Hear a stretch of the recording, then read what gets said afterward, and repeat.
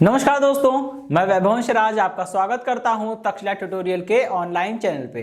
दोस्तों, आज हम लोग बात करेंगे क्लास 12 के फिजिक्स के चैप्टर नंबर 12 के बारे में, जिसका नाम है किरण प्रकाशिकी एवं प्रकाशिकी यंत्र। इसमें दोस्तों हम लोग ऑलरेडी लेक्चर 9.6 तक कंप्लीट कर चुके थे। आज हम लोग बात करेंगे लेक्चर 9.7 के बारे में। दोस्तों, आज के सेशन का पहला टॉपिक है पूर्ण आंतरिक परावर्तन। देखिए दोस्तों, इस टॉपिक को स्टार्ट करने से पहले मैं आपको कुछ चीजें बताना चाहूंगा, कुछ छोटी सी चीज, बिल्कुल एक इंपॉर्टेंट नोट की तरह। ठीक है दोस्तों, हम जानते हैं कि अगर प्रकाश की कोई किरण एक माध्यम से दूसरे माध्यम में प्रवेश करती है, मतलब उसका माध्यम परिवर्तित हो रहा होता है, किसी माध्यम से निकल के किसी दूसरे माध्यम में जाती है, तो इस स्थिति में क्या होता है दोस्तों, उस प्रकाश की तरंग या प्रकाश की किरण अगर हम बोलेंगे तो प्रकाश की किरण का वेग बदलता है, तरंग दैर्ध्य परिवर्तित होती है। ठीक है, परंतु केवल किरण की प्रकाश की जो आवृत्ति होती है दोस्तों, आवृत्ति को हम लोग न्यू से लिखेंगे, केवल आवृत्ति ही एक ऐसा गुण है जो परिवर्तित नहीं होता। ठीक है, ये आपको बताना था, यही वो इंपॉर्टेंट नोट है। ठीक, ये एक नंबर का बहुविकल्पी प्रश्न कई बार आ चुका है। ठीक, अगर आप अनसॉल्व उठाएंगे या फिर पुरानी ईयर के पेपर देखेंगे तो उसमें आपको ये मिलेगा कि ये क्वेश्चन काफी आया, आपके एक्सरसाइज में भी हो सकता है दिया हो। ठीक है, कि प्रकाश का वह कौन सा गुण है जो प्रकाश किरण के एक माध्यम से निकल के दूसरे माध्यम में जाने पर भी परिवर्तित नहीं होता है। तो एक माध्यम से दूसरे माध्यम में जाने पर प्रकाश का वेग, प्रकाश की तरंग दैर्ध्य सब परिवर्तित होते हैं, लेकिन प्रकाश की आवृत्ति परिवर्तित नहीं होती, और यही वो गुण है जो अपरिवर्तित रहता है। इसलिए आपको ऑप्शन में क्या टिक करना होगा, आवृत्ति। ठीक है, चलिए ये नोट्स तो हो गया। अब हम लोग मेन टॉपिक की बात करते हैं। दोस्तों, ये टॉपिक जो है पूर्ण आंतरिक परावर्तन, हमारा आज का विषय जो है, ये काफी इंपॉर्टेंट है और काफी मजेदार भी है। इंपॉर्टेंट इसलिए क्योंकि एग्जाम में आता है और इस पे आधारित कई सारी घटनाएं हैं जो हमको सामान्य जीवन में देखने को मिलेगी। ठीक है, और दोस्तों विचित्र इसलिए बोल रहा हूं क्योंकि यहाँ पे बिल्कुल आप देखेंगे कि होने वाला था कुछ और हो गया कुछ। ठीक है, मतलब जा रहे थे कहीं और पहुंच गए कहीं, उस तरह का काम होने वाला है। ठीक है, यहाँ पे देखिए हमने क्या किया हुआ है, यहाँ पे मैंने दो डायग्राम बनाए हैं। ठीक है, इसको हम बोल देते हैं फिगर 1, ये हो गया हमारा फिगर 2। ठीक है, आप फिगर 1 में देखिए क्या है, प्रकाश किरण जो है वो कांच से निकलकर वायु में जा रही है। ठीक है, और फिगर 2 में भी यही हो रहा है। ठीक है, लेकिन अगर हम फिगर 1 की बात करते हैं, प्रकाश किरण कांच से निकल के वायु में जा रही है, तो दोस्तों आपको पता है कांच का अपवर्तनांक कितना होता है, 1.5, और वायु का अपवर्तनांक होता है 1। इसका मतलब प्रकाश किरण जो है कांच से वायु में जा रही है, इसका मतलब सघन से विरल में जा रही है। यही काम यहां भी हो रहा है। ठीक है, जिस माध्यम से प्रकाश किरण निकल रही होती है वो पहला माध्यम होता है, और जिस माध्यम में जा रही होती है वो दूसरा माध्यम होता है। इसका मतलब कांच जो है वो पहला माध्यम है, अपवर्तनांक n1 हो गया, वायु दूसरा माध्यम है, अपवर्तनांक n2 हो गया। सेम यहां पे भी है। ठीक है, तो दोस्तों देखा गया है कि अगर प्रकाश की किरण, जब भी कोई प्रकाश किरण किसी सघन माध्यम से विरल माध्यम में प्रवेश करती है, तब वह अपने ऋजु रेखीय पथ से अभिलंब से दूर की ओर विचलित हो जाती है। ठीक है, जब कोई प्रकाश किरण किसी सघन माध्यम से विरल माध्यम में प्रवेश करती है तब वह अभिलंब से दूर की ओर विचलित हो जाती है। ठीक है, इस घटना को क्या बोलते हैं, प्रकाश का अपवर्तन बोलते हैं। ये तो हम सभी लोग जानते हैं। ठीक है, कहते हैं यदि सघन माध्यम में प्रकाश किरण के आपतन कोण के मान को बढ़ाते जाएं तो विरल माध्यम में अपवर्तन कोण का मान भी लगातार बढ़ता जाता है। जैसे जैसे आप सघन माध्यम में आपतन कोण को बढ़ाते जाएंगे वैसे वैसे विरल माध्यम में अपवर्तन कोण का मान भी बढ़ता जाएगा। मतलब अगर आपने आई की वैल्यू, ये एंगल आई को बढ़ा दिया, ऐसे कर दिया, प्रकाश किरण अब ऐसे आ रही है, ऐसे आ रही तो आर का मान और बढ़ जाएगा। आपने आई को और बढ़ाया, अब प्रकाश किरण ऐसे गिरा रहे हैं तो आर का मान और बढ़ जाएगा। और बढ़ाते बढ़ाते एक स्थिति ऐसी आती है जब अपवर्तन कोण जो होता है आर का मान वो बढ़ते बढ़ते सीधा कितना होता है, 90 हो जाता है। भाई अभी आर इतना है, बढ़ गया, थोड़ा और बढ़ा, आर का मान और बढ़ेगा, बढ़ते बढ़ते कहीं ना कहीं पे तो 90 होगा। ठीक है, तो हम उस घटना की बात करते हैं। ठीक, कहते हैं जब कोई प्रकाश किरण किसी सघन माध्यम से विरल माध्यम में प्रवेश करती है तब वह अपने ऋजु रेखीय पथ से अभिलंब से दूर की ओर विचलित हो जाती है। यदि सघन माध्यम में आपतन कोण का मान, यदि सघन माध्यम में आपतन कोण का मान बढ़ाया जाए तब विरल माध्यम में अपवर्तन कोण आर का मान भी निरंतर बढ़ता जाता है। तथा सघन माध्यम में आपतन कोण के किसी एक विशेष मान पर विरल माध्यम में अपवर्तन कोण का मान 90 हो जाता है, जैसा आपको फिगर 2 में दिख रहा है। ठीक है, तो सघन माध्यम में आपतन कोण का यह मान जिस पर विरल माध्यम में अपवर्तन कोण 90 हो जा रहा है, क्या कहलाता है दोस्तों? ये कहलाता है आपका क्रांतिक कोण। इसे हम लोग किससे लिखते हैं? आईसी से। ठीक है, इसे हम लोग बोलते हैं क्रांतिक कोण। ठीक है, क्रांतिक कोण, क्रांतिक कोण। ठीक है, और इसे हम लोग बोलते हैं क्रिटिकल एंगल, क्रिटिकल एंगल। ठीक है, ये बात आपको समझ में आ रही होगी। ठीक है, क्रिटिकल एंगल। तो दोस्तों क्रिटिकल एंगल स्पेलिंग सी से होती है, इसलिए हम इसे आईसी लिख रहे हैं। आई मतलब एंगल ऑफ इंसिडेंस यानी आपतन कोण है, और सी मतलब क्रिटिकल एंगल है यानी कि क्रांतिक कोण है। ठीक है, तो क्रिटिकल एंगल हमें समझ में आ गया। ओके, तो एक नंबर की डेफिनेशन आती है, पूछते हैं क्रांतिक कोण क्या होता है। तो क्रांतिक कोण सघन माध्यम में आपतन कोण का वह मान होता है जिसके लिए विरल माध्यम में अपवर्तन कोण 90 हो जा रहा है। ठीक है, लेकिन बात यहां पे खत्म नहीं होती, हमें पढ़ना है पूर्ण आंतरिक परावर्तन। अब क्या है, अभी तो हमने पढ़ा कि भाई अगर सघन माध्यम में आपतन कोण बढ़ाएंगे तो विरल माध्यम में विरल माध्यम में अपवर्तन कोण का मान बढ़ता जाएगा। ठीक उसी प्रकार अगर सघन माध्यम में आपतन कोण के मान को बढ़ाते बढ़ाते हम क्रांतिक कोण पर ले आते हैं तो विरल माध्यम में अपवर्तन कोण का मान 90 हो जाता है। बिल्कुल सही। लेकिन अगर हम इस क्रांतिक कोण के आगे और मान बढ़ाएंगे, अगर आपतन कोण को क्रांतिक कोण के आगे और बढ़ाते जाएंगे और आई का मान बढ़ाते जाएंगे तो क्या होगा, ये अपवर्तन कोण आर का मान और बढ़ने लगेगा। दोस्तों ये बढ़ बढ़ के ऑलरेडी 90 हो चुका है, और बढ़ेगा तो ये ऊपर की ओर जाने लगेगा और प्रकाश किरण अब ऊपर की ओर जाएगी। अभी देखिए बिल्कुल ये अंतरापृष्ठ की दिशा में निकल गई 90 का कोण बनाते हुए। ठीक है, अगर आर का मान और बढ़ेगा तो इस प्रकाश किरण को ऐसे नहीं जाना चाहिए बल्कि और ऊपर की ओर जाना चाहिए, और अगर प्रकाश किरण ऊपर जाने लगेगी तो ये क्या हो जाएगा, परावर्तन हो जाएगा। ठीक है, यही इसीलिए बोल रहा था ये घटना विचित्र है, इसमें हो रहा है अपवर्तन, अपवर्तन होते होते परावर्तन होने लगा। ठीक है, तो कहते हैं अगर सघन माध्यम में आपतन कोण के मान को क्रांतिक कोण से आप आगे बढ़ाएंगे तो क्या होगा, प्रकाश किरण जो है वो परावर्तन के नियमों का पालन करते हुए अपने उसी माध्यम में पुनः लौट जाएगी। इस घटना को क्या बोलते हैं, पूर्णांतरिक परावर्तन बोलते हैं। ठीक है दोस्तों, चलिए एक बार इसको रिवाइज कर लेते हैं। कहते हैं कि जब कोई प्रकाश किरण किसी सघन माध्यम से किसी विरल माध्यम में प्रवेश करती है तब वह अभिलंब से दूर की ओर विचलित होती है। यदि सघन माध्यम में आपतन कोण का मान बढ़ाया जाए तो विरल माध्यम में अपवर्तन कोण का मान भी बढ़ता जाता है, तथा किसी एक सघन माध्यम के किसी एक विशेष आपतन कोण के लिए विरल माध्यम में अपवर्तन कोण का मान 90 हो जाता है। ठीक है, यदि सघन माध्यम में आपतन कोण का वह मान, सघन माध्यम में आपतन कोण का वह मान जिसके लिए विरल माध्यम में अपवर्तन कोण का मान 90 हो जाता है, क्या कहलाता है, क्रांतिक कोण कहलाता है। यदि सघन माध्यम में आपतन कोण के मान को क्रांतिक कोण से और आगे बढ़ाया जाए तब प्रकाश किरण परावर्तन के नियमों का पालन करते हुए पुनः उसी माध्यम में लौट जाती है। इस संपूर्ण घटना को हम लोग बोलते हैं पूर्ण आंतरिक परावर्तन। अपवर्तन होते होते परावर्तन होगा, और जब पूर्ण आंतरिक परावर्तन होगा तो वहां पे परावर्तन के नियम लगेंगे ना कि अपवर्तन के। ठीक है, चलिए अभी हम लोग बात करते हैं क्रांतिक कोण। क्रांतिक कोण के लिए हम एक फॉर्मूला निकालेंगे दोस्तों। ठीक है, और वो फॉर्मूला बहुत काम आने वाला है न्यूमेरिकल में। ठीक, चलिए क्रांतिक कोण के लिए स्नेल के नियम से दोस्तों स्नेल का नियम लगाइए। क्रांतिक कोण के लिए स्नेल का नियम लगाते हैं, कितना हो जाएगा, sine I upon sine R होता है ना, तो साइन आई अपॉन में साइन आर। ठीक है, और यहाँ पे क्रांतिक कोण की बात हो रही है तो आई नहीं बल्कि आईसी लिखेंगे। ठीक है, आईसी मतलब क्रांतिक कोण। Sine IC upon sine R is equal to कितना हो जाएगा, n2 अपॉन n1। ठीक, n2 अपॉन n1 ये हो गया, लिख दिया भाई हमने। ठीक है, अच्छा अभी देखिए यहां पे हम बात कर रहे हैं क्रांतिक कोण, तो दोस्तों क्रांतिक कोण के लिए r बराबर कितना होता है, 90। अच्छा पहले फॉर्मूला लिखते हैं। ठीक है, अब लिखेंगे परंतु क्रांतिक कोण के लिए, परंतु दोस्तों क्रांतिक कोण के लिए होगा क्या, क्रांतिक कोण के लिए I बराबर कितना हो जाएगा दोस्तों, I बराबर हो जाएगा IC। ठीक है, एवं और क्या होगा, और यहाँ पे R बराबर कितना हो जाएगा दोस्तों, 90 हो जाएगा। ठीक है, इतनी बात समझ में आ गई। अच्छा चलिए अभी हमको क्या करना है, यहाँ पे रखना है, इसको रखिए जरा, ये हो जाएगा साइन आईसी।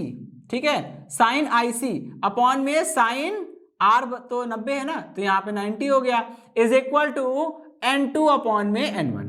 इतनी बात समझ में आ गई। यहां से साइन आई का मान निकालिए, ठीक है, sine I C is equal to कितना हो जाएगा, साइन 90 तो दोस्तों 1 होता है, ठीक है, ये हो जाएगा n2 अपॉन में n1, ठीक है। और एक फॉर्मूला तो ये निकल आया, ठीक है, और एक फॉर्मूला आप इसी को एक नए अंदाज में लिख सकते हैं कि sine I C is equal to 1 upon, ये हो गया n1 अपॉन में n2, ठीक। चलिए भाई, तो यहां पे ये डेरिवेशन समाप्त हुआ, ठीक है। अगर कभी भी आपको सघन और विरल माध्यम का मान दे देंगे और आपसे पूछेंगे क्रांतिक कोण का मान बताओ, तो आप इस फॉर्मूले का यूज करिएगा, n1 n2 का मान रखिएगा। लेकिन ध्यान रखिएगा, सघन माध्यम जो आप ले रहे हैं वो n1 है और विरल माध्यम जो ले रहे हैं वो n2 है। क्योंकि अगर आपने उल्टा कर दिया, मान लीजिए n1 पहले माध्यम को विरल ले लिया, n2 दूसरे माध्यम को सघन ले लिया, तो पूर्ण आंतरिक परावर्तन की घटना कभी होगी ही नहीं, ठीक है। पूर्ण आंतरिक परावर्तन की घटना तभी हो सकती है जब प्रकाश किरण सघन माध्यम से निकल के विरल माध्यम में जाए, ठीक। उल्टा होगा तो कभी घटना पॉसिबल है ही नहीं। चलिए, तो यहाँ पे n1 n2 का मान रख दीजिएगा, n1 सघन माध्यम है, n2 विरल माध्यम है, रख के सॉल्व करेंगे, आईसी का मान आपको आसानी से मिल जाएगा, ठीक है दोस्तों। ओके दोस्तों, अभी हम क्या करने वाले हैं, कुछ विभिन्न माध्यमों के लिए क्रांतिक कोण के मान दे रहे हैं, उसको आपको याद कर लेना चाहिए, ठीक है। देखिए दोस्तों, जल का अपवर्तनांक कितना होता है 1.33, ठीक है। क्राउन कांच का अपवर्तनांक कितना होता है 1.62, फ्लिंट कांच का कितना होता है 1.52 और हीरे का कितना होता है 2.42। जल का क्रांतिक कोण कितना होता है 48.8 डिग्री होता है, ठीक है। क्राउन कांच का होता है 41.1 डिग्री और फ्लिंट कांच का होता है 37.3 डिग्री और हीरे का होता है अपवर्तनांक 24.4, ठीक है। चलिए, ये सारी वैल्यूज अगर आपको n1 n2 का सबका मान पता है तो आप वहां से फॉर्मूला जो मैंने अभी ड्राइव किया था आप उससे भी निकाल सकते हैं, ठीक है दोस्तों। ये तो टॉपिक समाप्त हुआ, ठीक है। अब हम लोग क्या करेंगे, इसी टॉपिक पे बेस्ड एक न्यूमेरिकल देखेंगे, ठीक है, एक आंकिक प्रश्न की ओर बढ़ते हैं दोस्तों। देखिए नेक्स्ट क्वेश्चन क्या है, नेक्स्ट क्वेश्चन में बोल रहे हैं यदि प्रकाश किरण फ्लिंट कांच से क्राउन कांच में प्रवेश करे, ठीक है, मतलब यहां फ्लिंट कांच से निकलकर क्राउन कांच में जा रही है। और ठीक भी है, क्योंकि हमें पता है फ्लिंट कांच का अपवर्तनांक कितना होता है दोस्तों, फ्लिंट कांच का अपवर्तनांक जो होता है वो होता है 1.62 और क्राउन कांच का जो अपवर्तनांक होता है वो कितना होता है 1.52। तो आप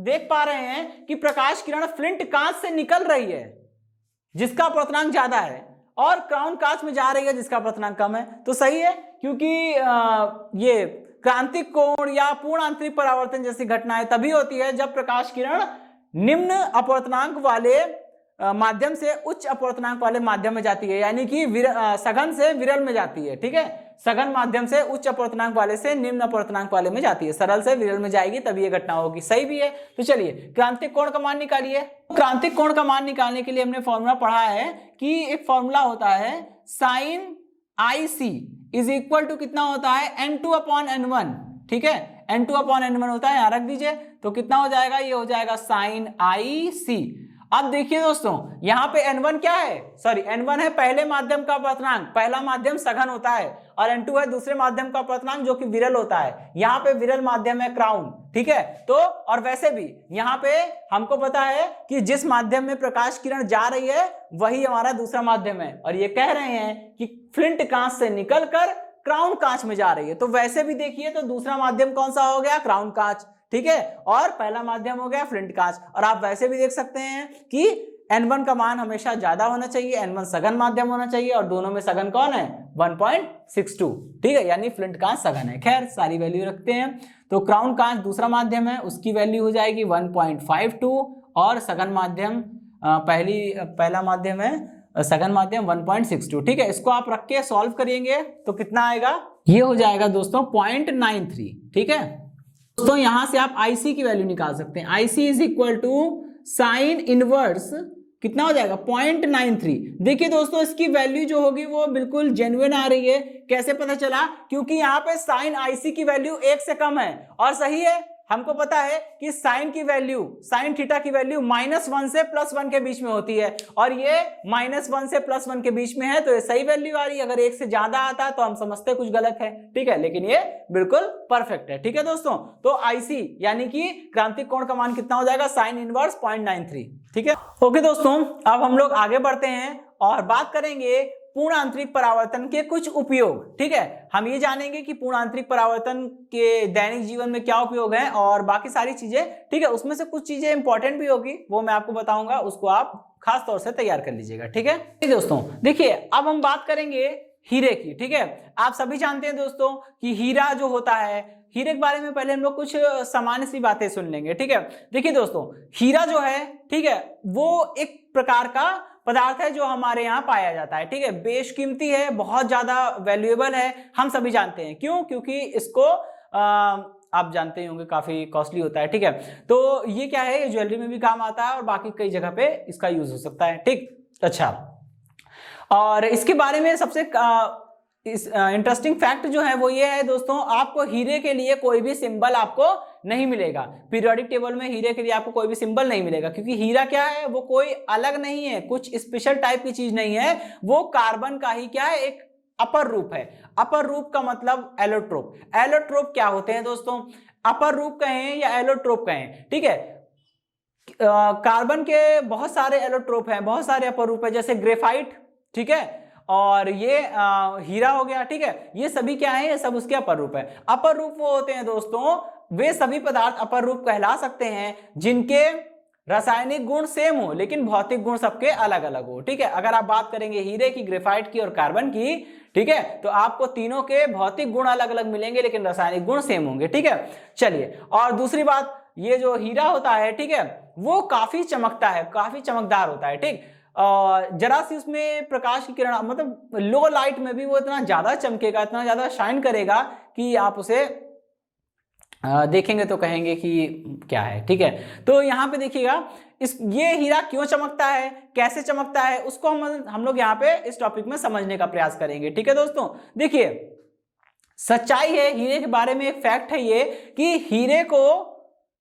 हीरा कितना चमकेगा, ये इस बात पे निर्भर करता है कि उसे तराशने वाला इंसान कैसा था। अगर उसको तराशने वाला जो कारीगर है वो काफी कुशल है तो हीरा बहुत अच्छे, बहुत ज्यादा चमकेगा, बहुत अच्छा शाइन करेगा। अगर उसको तराशने वाला थोड़ा सा अनुभवहीन है, थोड़ा सा कम एक्सपीरियंस है, तो वो हीरा थोड़ा सा कम चमकेगा। ऐसा हीरा चमकने के पीछे कारण क्या होता है दोस्तों? हीरे के चमकने के पीछे का कारण जो होता है वो फिजिक्स में है। ठीक है, वो क्या होता है दोस्तों? पूर्णांतरिक परावर्तन। ठीक, होता क्या है, कहते हैं हीरे को हमेशा इस तरह से काटना चाहिए। ठीक है, हीरे को हमेशा इस तरह से काटना चाहिए कि हीरे में अगर कोई भी प्रकाश किरण प्रवेश करे, हीरे में अगर कोई भी प्रकाश किरण प्रवेश करे तो उस प्रकाश किरण के लिए आपतन कोण का मान, क्रांतिक कोण, हीरे के लिए क्रांतिक कोण कितना था? वायु और हीरे के लिए क्रांतिक कोण 24.4 डिग्री। ठीक है, अगर हीरे को आपने इस तरह से तराशा है कि उसमें प्रवेश करने वाली प्रकाश किरण, ठीक है, उसमें प्रवेश करने वाली प्रकाश किरण के लिए आपतन कोण का मान 24.4 डिग्री से ज्यादा है, तब तो वो प्रकाश किरण उस हीरे के अंदर ही घूमती रहेगी और पूर्ण आंतरिक परावर्तन होता रहेगा और वो हीरा उतना ही ज्यादा शाइन करेगा। ठीक है, तो आई का मान 24.4 से ज्यादा होगा कि नहीं, वो भी इस बात पे निर्भर करता है कि आपने उसको कैसे तराशा है। ठीक है, अगर उसकी सतह इस प्रकार से बनी है कि भाई आई का मान हमेशा ज्यादातर केस में 24.4 से ज्यादा हो रहा है तो वो हीरा ज्यादा चमकेगा। ठीक है, अदरवाइज वो हीरे की चमक थोड़ी सी कम हो जाएगी। ठीक है दोस्तों, हीरा तो हम लोग ने समझ लिया। ठीक है, क्योंकि हल्की सी भी लाइट अगर हीरे में प्रवेश करती है तो बार बार वो हीरे के अंदर भीतरी सतह पर, हीरे के भीतरी सतह पर बार बार उसका पूर्ण आंतरिक परावर्तन होता रहेगा और वो बार बार परावर्तित होती रहेगी और कहीं एट लास्ट जब उसे टाइम, जब जहां पे ये कंडीशन फेल होगी तभी वो बाहर निकलेगी। ठीक है, तो उस केस में दोस्तों ये कंडीशन फॉलो नहीं होगी, तब जाके वो प्रकाश किरण बाहर निकलेगी। लेकिन जितनी देर तक प्रकाश किरण हीरे के अंदर पूर्ण आंतरिक परावर्तन के कारण घूम रही थी उतनी ज्यादा वो शाइन करेगा। ठीक है दोस्तों, तो ये टॉपिक समाप्त हुआ। अब हम लोग इसके दूसरे प्रयोग के बारे में जानेंगे जो कि है प्रकाशिक तंतु। दोस्तों, अब हम अपने नेक्स्ट टॉपिक की बात करते हैं। हमारा नेक्स्ट टॉपिक है प्रकाशिक तंतु। देखिए दोस्तों, प्रकाशिक तंतु ऑप्टिकल फाइबर जो है वो आजकल की रिक्वायरमेंट है। ठीक है, आजकल हमें अलग अलग क्षेत्र में इसकी जरूरत पड़ती है, ठीक है। जैसे टेलीकम्युनिकेशन में इसकी जरूरत बहुत ज्यादा पड़ती है, ठीक है, और ट्रांसमिशन में भी इसकी जरूरत पड़ती है, और ऑप्टिकल फाइबर आप जानते हैं चश्मे में वगैरह में भी, ग्लासेस में भी यूज होते हैं, ठीक है। आप जानते हैं और देखे भी होंगे आपने कि पहले जो ग्लास के चश्मे आते थे वो गिरने से टूट जाते थे, हल्का सा कहीं भी रखने उठाने में स्क्रैचेस पड़ जाते थे, और लेंस में स्क्रैच पड़ने का मतलब है विजिबिलिटी का डिस्ट्रॉय होना, ठीक। तो अब क्या हुआ, ऑप्टिकल फाइबर आ गए। इससे फायदा क्या हुआ, ऑप्टिकल फाइबर जो है वो ड्यूरेबल है, ठीक है, जल्दी गिरेंगे तो डेफिनेटली टूटेंगे नहीं, ठीक है। थोड़ा बहुत स्क्रैच का प्रॉब्लम इनमें रहता है, बट इवन देन उनकी तुलना में ये बेटर है, ठीक। तो सनग्लासेस में ग्लास की जगह पे आप ऑप्टिकल फाइबर भी लगाने लगे हैं। तो दोस्तों ऑप्टिकल फाइबर का बहुत ज्यादा यूज है, लेकिन सबसे ज्यादा यूज जो होता है वो टेलीकम्युनिकेशन और ट्रांसमिशन में होता है, ठीक है। टेलीकम्युनिकेशन और ट्रांसमिशन में मतलब ये कहने का है कि अगर दोस्तों हमको सिग्नल भेजना हो, सपोज करिए हमको सिग्नल भेजना हो, ठीक है, तो अगर हम सिग्नल भेजने के हमारे पास पुराने तरीके, सबसे पहले की अगर हम बात करते हैं तो हमारे पास क्या था, सिग्नल को एक जगह से दूसरे जगह तक भेजने का केवल एक तरीका था, वो क्या था, वायर के थ्रू सिग्नल को भेजिए। और जब हम वायर के थ्रू सिग्नल को भेजते थे तो वायर का रेजिस्टेंस होता था, उसके कारण सिग्नल क्या होते थे, वीक पड़ते जाते थे। जैसे हमने यहां से सिग्नल भेजा, यहां से सिग्नल थोड़ा आगे गया, जितनी डिस्टेंस उसने वायर में ट्रेवल करी उतनी डिस्टेंस का जो रेजिस्टेंस है वो उस पे लगा, और उस रेजिस्टेंस के कारण सिग्नल थोड़ा वीक हो गया। आगे गया तार में और आगे बढ़ा, सिग्नल और वीक हो गया, और आगे बढ़ा, रेजिस्टेंस के कारण सिग्नल और वीक हो गया, और जैसे जैसे सिग्नल आगे बढ़ता जाएगा उसकी स्ट्रेंथ कम होती जा रही है, ठीक है। और पता चला कि अगर बहुत दूर भेजना था तो जहां सिग्नल पहुंचना था उसके पहले ही सिग्नल ड्रॉप होते होते, स्ट्रेंथ उसकी कम होते होते वहां पे बिल्कुल जीरो हो गया और वो पहुंचा ही नहीं। तो फायदा क्या है, ठीक है, पता चला सिग्नल जहां भेजना था वहां तक पहुंचा ही नहीं, वो रास्ते में ही उसकी स्ट्रेंथ कम होते होते वो बिल्कुल समाप्त हो गई। तो फायदा क्या हुआ, पता चला सिग्नल यहां से भेज रहे हैं वहां रिसीव हो ही नहीं रहा है, तो उससे कोई फायदा नहीं हुआ, ठीक है। फिर इस टेक्नोलॉजी को थोड़ा इंप्रूव किया गया, हुआ कि वायर से सिग्नल भेजा जाएगा, बीच बीच में उसको बूस्ट किया जाएगा। बूस्ट करने का मतलब है उसको एम्पलीफाई कर दिया जाएगा। जैसे यहां से सिग्नल चला, स्ट्रेंथ वीक हो गई, 2 किलोमीटर के बाद एक डिवाइस लगी है एम्पलीफायर, उस एम्पलीफायर ने, उस प्रवर्धक ने क्या किया, उसकी स्ट्रेंथ को वापस बढ़ा दिया। फिर वो आगे गया, 2 किलोमीटर के बाद फिर से उसकी स्ट्रेंथ को बढ़ा दिया गया। अगर ये भी करते हैं तब भी क्या होता है दोस्तों, हमारा पूरी तक के 100% इफिशियंसी के साथ पूरे 100% सिग्नल वहां पे नहीं पहुंचते हैं। इसके बाद जो दूसरी तकनीक हमने अपनाई वो थी ब्रॉडबैंड की। ब्रॉडबैंड में क्या होता है, सिग्नल को हम ब्रॉडकास्ट करते हैं, ठीक है। जैसे आजकल हम लोग वाईफाई का यूज करते हैं, ठीक है। वाईफाई जो होते हैं उसमें भी यही होता है, ट्रांसमिशन जो होता है वो थ्रू एयर होता है, ठीक है। बिल्कुल एयर में ट्रांसमिशन करेंगे और जिसको जरूरत होगी वो एंटीना लगा के रिसीव कर लेगा। ये दूसरी टेक्निक आई। अब तीसरी टेक्निक जो आई है वो इससे भी ज्यादा अच्छी है, फास्ट है, वो है ऑप्टिकल फाइबर। ऑप्टिकल फाइबर में क्या होता है, लॉस लगभग ना के बराबर होता है। आपने 100% जो सिग्नल यहां भेजा है वो 99.99% रिसीव हो जाएगा, वहां पे श्योरिटी के साथ रिसीव होगा और स्पीड के साथ जाएगा, तुरंत जाएगा, कोई टाइम नहीं लगेगा, ठीक है। तो ऑप्टिकल फाइबर का टेलीकम्युनिकेशन और ट्रांसमिशन में भी काफी यूज पड़ने लगा, ठीक है। तो चलिए दोस्तों शुरुआत करते हैं। कोई पूछेगा कि ऑप्टिकल फाइबर है क्या, तो उसकी परिभाषा कैसे देंगे, बोलेंगे प्रकाशिक तंतु पूर्ण आंतरिक परावर्तन के सिद्धांत पर कार्य करने वाली एक युक्ति है, एक डिवाइस है, जिसकी सहायता से ऑडियो सिग्नल्स यानी ध्वनि तरंगों को अथवा इलेक्ट्रिकल सिग्नल यानी कि वैद्युत सिग्नल को एक स्थान से दूसरे स्थान पर अत्यंत अल्प क्षति के साथ भेजा जा सकता है, ठीक है। प्रकाशिक तंतु पूर्ण आंतरिक परावर्तन के सिद्धांत पर कार्य करने वाली वह युक्ति है जिसकी सहायता से ध्वनि सिग्नल्स, ऑडियो सिग्नल यानी ध्वनि संकेतों को एवं इलेक्ट्रिकल सिग्नल यानी कि वैद्युत संकेतों को अत्यंत अल्प हानि के साथ एक स्थान से दूसरे स्थान तक भेजा जा सकता है, ठीक है। अब दोस्तों शुरुआत करते हैं इसको पढ़ने का, ठीक है। हम लोग इसमें 3 हेडिंग पढ़ेंगे, आप जानते ही हैं। पहली होगी सिद्धांत यानी कि प्रिंसिपल, ठीक है, प्रिंसिपल। तो दोस्तों प्रिंसिपल क्या है, मैं आपको बता ही चुका हूं ऑलरेडी कि प्रकाशिक तंतु पूर्ण आंतरिक परावर्तन के सिद्धांत पर कार्य करते हैं, ठीक। चलिए अब दूसरा इसकी संरचना के बारे में बात करते हैं, ठीक है। दोस्तों संरचना मतलब इसका कंस्ट्रक्शन देखिए कैसा हुआ है, देखिए दोस्तों, संरचना की अगर हम बात करते हैं, कंस्ट्रक्शन की बात करते हैं, तो यहाँ फिगर 1 में जो है वो इसका साइड व्यू दिखाया गया है और फिगर 2 में इसका फ्रंट व्यू दिखाया गया है। तो अगर दोस्तों हम साइड व्यू की बात करें तो देखिए ये जो ऑप्टिकल फाइबर होते हैं उसमें क्या होता है, कांच की दो नलिकाएं होती हैं, कांच या क्वार्ट्ज की बनी होती है। किसकी बनी होती है? कांच या क्वार्ट्ज की बनी होती है। क्वार्ट्ज एक मटेरियल होता है, ट्रांसपेरेंट होता है, ठीक है, उसकी बात कर रहे हैं। तो कांच या प्रकाशिक तंतु ऑप्टिकल फाइबर में कांच या क्वार्ट्ज की बनी दो नलिका होती है, ठीक है, और उन दोनों नलिकाओं में से बाहरी नलिका को आच्छद या क्लैडिंग कहते हैं और भीतरी नलिका को क्रोड या कोर कहते हैं, ठीक है। तो दोनों नलिकाओं को इस प्रकार व्यवस्थित किया जाता है कि आच्छद जो है वो क्रोड के बाहर होती है या क्रोड जो है वो आच्छद के भीतर होती है, और दोनों की अक्ष एक ही होती है, मतलब दोनों नलिकाओं की जो अक्ष होती है वो एक ही होती है, ठीक है।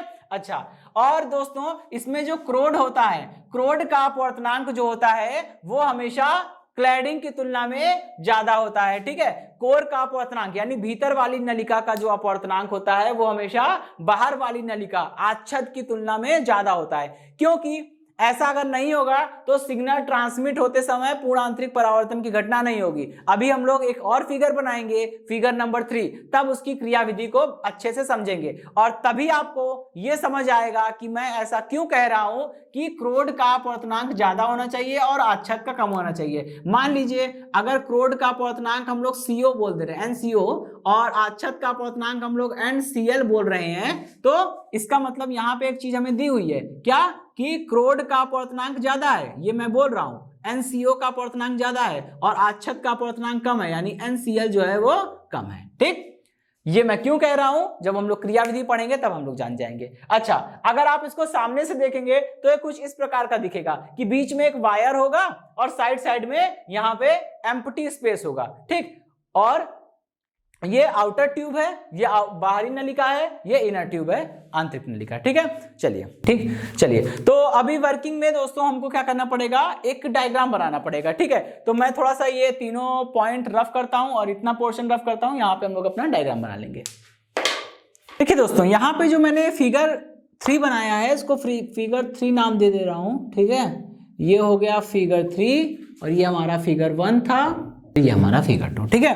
देखिए दोस्तों, फिगर 3 में हमने क्या बनाया है, यहाँ पे जो आउटर ट्यूब है, मतलब जो बाह्य नलिका है, ये जो आपको दिख रही है बड़ी वाली नलिका, ये क्या है, ये आपकी आच्छद यानी क्लैडिंग है, और ये जो भीतरी नलिका है ये आपकी क्रोड यानी कि कोर है, ठीक है। मेन सिग्नल जो पास होता है वो इसी भीतरी नलिका के अंदर ही अंदर चलता है, ठीक है। होगा क्या, यहाँ पे देखिए दोस्तों, प्रेक्षक लिखा है, मतलब जो सिग्नल भेज रहा है, ठीक है, भेज रहा है वो यहां से सिग्नल भेजेगा और सबसे पहले सिग्नल जो है वो क्रोड के अंदर दीवार से टकराएगा। जब ये सिग्नल क्रोड की दीवार से टकराएगा तो अगर क्रोड का अपवर्तनांक ज्यादा होगा क्लैडिंग की तुलना में, तो ये क्रोड जो होगा वो सघन माध्यम हो जाएगा और क्लैडिंग जो है वो विरल माध्यम हो जाएगी। और बात वही आ जाएगी कि जब सिग्नल या प्रकाश किरणें जो है वो सघन माध्यम से विरल माध्यम में जा रही हैं, तो सघन माध्यम से जब विरल माध्यम में प्रकाश किरण जाती है तभी पूर्ण आंतरिक परावर्तन की घटना होने के चांसेस रहते हैं। इसीलिए अंदर वाली नलिका को यानी क्रोड का अपवर्तनांक ज्यादा रखा गया है और बाहर वाली नलिका क्लैडिंग का अपवर्तनांक कम रखा गया है, क्योंकि एक बार सिग्नल जब भेजा जाएगा तो वो कोर में ही चलना चाहिए। अगर वो कोर से बाहर निकल गया तो दिक्कत हो जाएगी, तो क्रोड से बाहर नहीं निकलने देना है। इसके लिए क्या करेंगे, इसके लिए दोनों का अपवर्तनांक इस प्रकार रखते हैं कि, और दोनों का अपवर्तनांक और दोस्तों आपतन कोण का मान, ये वाला कोण आपतन कोण, ये वाला कोण आपतन कोण का मान दोस्तों इस प्रकार से लगते हैं कि हमेशा आपतन कोण का मान क्या हो, क्रांतिक कोण से ज्यादा हो। क्योंकि दोस्तों आपको पता है सारी कंडीशन जो है वो आपके फेवर में है, ठीक है। कैसे कि देखिए, प्रकाश किरण जब सघन माध्यम से विरल माध्यम में जाती है तभी पूर्ण आंतरिक परावर्तन की घटना होती है। हमको यहाँ पे पूर्ण आंतरिक परावर्तन कराना है, क्योंकि अगर पूर्ण आंतरिक परावर्तन नहीं कराएंगे तो ये जो सिग्नल है वो जो क्रोड के अंदर ही अंदर चल रहा है वो क्रोड के अंदर नहीं चल पाएगा, बल्कि बाहर निकल जाएगा, एक माध्यम से निकल के दूसरे माध्यम में, कोर से निकल के क्लैडिंग में चला जाएगा, और कोर से निकल के क्लैडिंग में चला जाएगा तो प्रॉब्लम हो जाएगी, सिग्नल का लॉस हो जाएगा।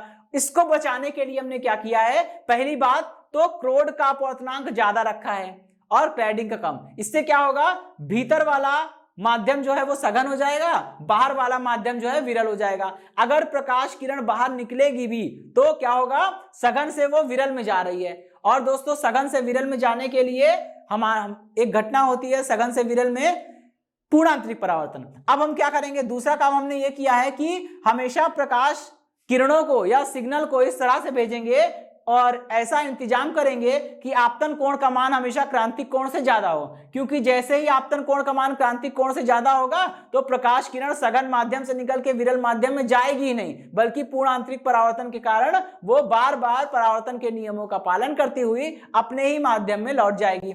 यही घटना यहां पर होगी। जब ये प्रकाश किरण यहां पर टक्कर मारेगी, स्ट्राइक करेगी, तो इसका जो आपतन कोण है, अगर इस आपतन कोण का मान क्रांतिक कोण से ज्यादा हुआ तो आपतन कोण का मान क्रांतिक कोण से ज्यादा है और जिस माध्यम में हम हैं वो सघन है, बाहर वाला विरल है, पूर्ण आंतरिक परावर्तन के पूरे योग बन रहे हैं और पूर्ण आंतरिक परावर्तन की घटना यहाँ पे होगी और प्रकाश किरण बाहर नहीं जाएगी बल्कि टकराकर वापस आ जाएगा, सिग्नल हो या प्रकाश किरण हो। फिर वही काम यहाँ पे होगा, फिर से यहाँ पे आपतन कोण का मान क्रांतिक कोण से ज्यादा होना चाहिए। अगर आपतन कोण का मान क्रांतिक कोण से ज्यादा होगा तो फिर से सिग्नल जो है वो सघन माध्यम से निकल के विरल माध्यम में नहीं आएगा। यही घटना बार बार होती रहेगी और इसी प्रकार सिग्नल जो है वो पूर्ण आंतरिक परावर्तन के द्वारा क्रोड की भीतरी सतह से टकराता हुआ प्राप्तकर्ता के पास पहुंच जाएगा और इस केस में बहुत कम लॉस होता है और जो ट्रांसमिशन होता है उसकी स्पीड भी काफी फास्ट होती है। ठीक है दोस्तों,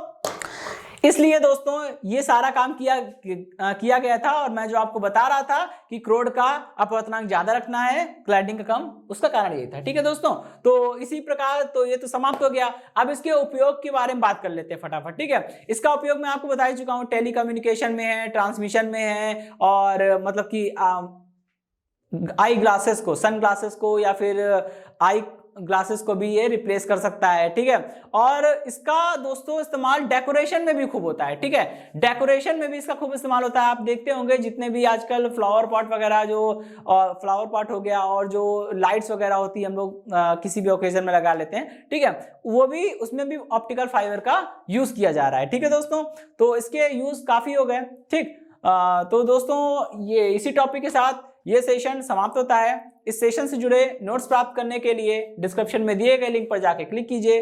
ओके दोस्तों, आज के सेशन में इतना ही, मिलता हूं नेक्स्ट सेशन में। धन्यवाद।